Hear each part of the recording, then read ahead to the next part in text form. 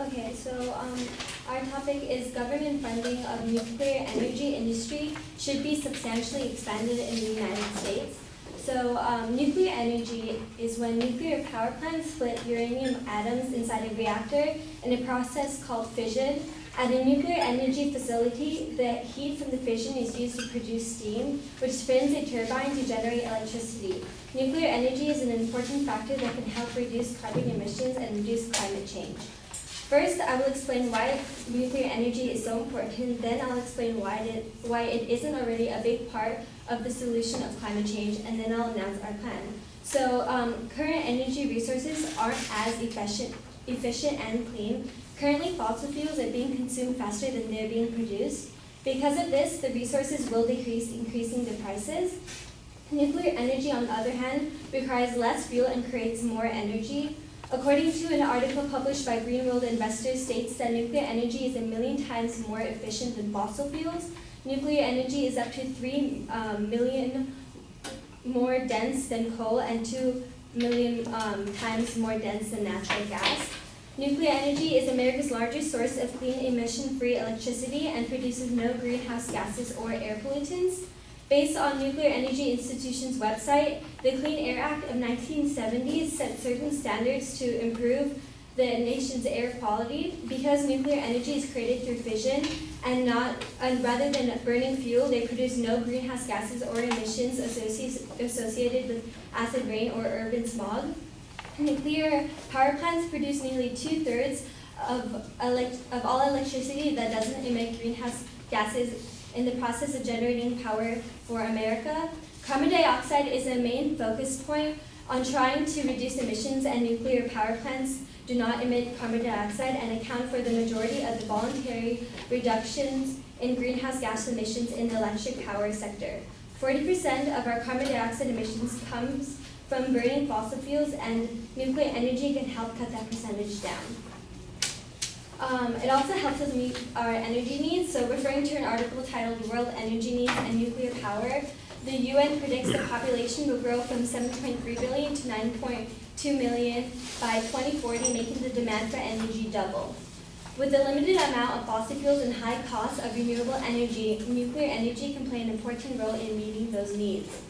As well as International Atomic Energy Agency and worldnuclear.org, Energy.gov states that nuclear power is the most significant technology available for meeting the anticipated energy needs while reducing emissions to the environment.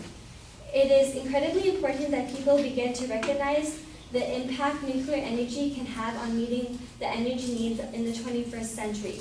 Nuclear energy is one of the main parts of climate change solution because of its low carbon emission that help meet the forecasted electricity demand.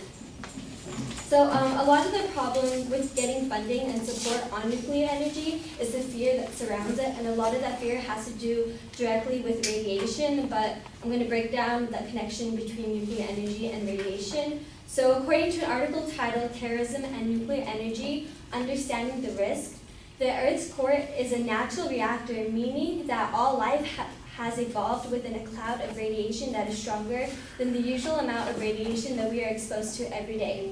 Cosmic rays, sunlight, rock, soil, water, and even the human body are radioactive. Blood and bones contain radionuclides. The total of natural background radiation is 240 milligrams worldwide, and milligram refers to the unit absorbed radiation dosage. Diagnostic medical radiation measures at 40 milligrams, which is the largest source of man-made radiation that is affecting humans. Coal combustion has a total of 2 milligrams. Every year in the United States alone, coal-fired plants, which provide about half the nation's electricity, expel, along with toxic chemicals and greenhouse gases, 100 times the radioactivity of nuclear plants. Radioactive fly ash, a coal byproduct used in building and paving materials, contributes an additional dose.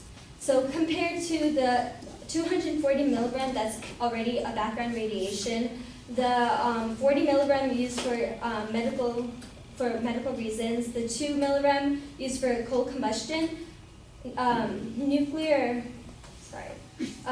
power only measures at 0.02 milligram. On top of that, the Environmental Protection Agency who has extremely strict standards, limits the exposure for each site to 15 milligram a year, which is far fewer than the background radiation. Now that the fear of radiation is gone, I have explained my reasons why nuclear energy should be expanded, and I will go on to explain our plan. All energy generating technologies have received some form of financial incentives from the federal government, so we expect the same with nuclear energy. The energy policy of 2005 created incentives for the domestic nuclear power industry, but with the events at Fukushima, it has changed the public's opinions, lowering the success. Also, the building of nuclear power plants are taking far more time than they should be.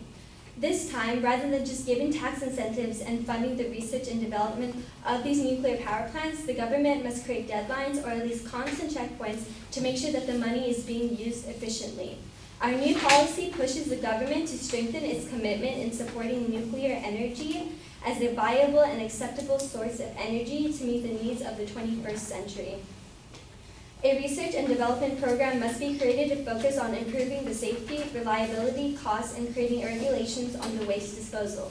It is also important that the universities and other schools teach and hold research around nuclear energy to expose people to the truth and normalize the idea of nuclear energy. The government must also train the scientists, engineers, and employees that are involved in developing, manufacturing, and maintaining of the nuclear power plants in order to ensure that there are no faults within the system.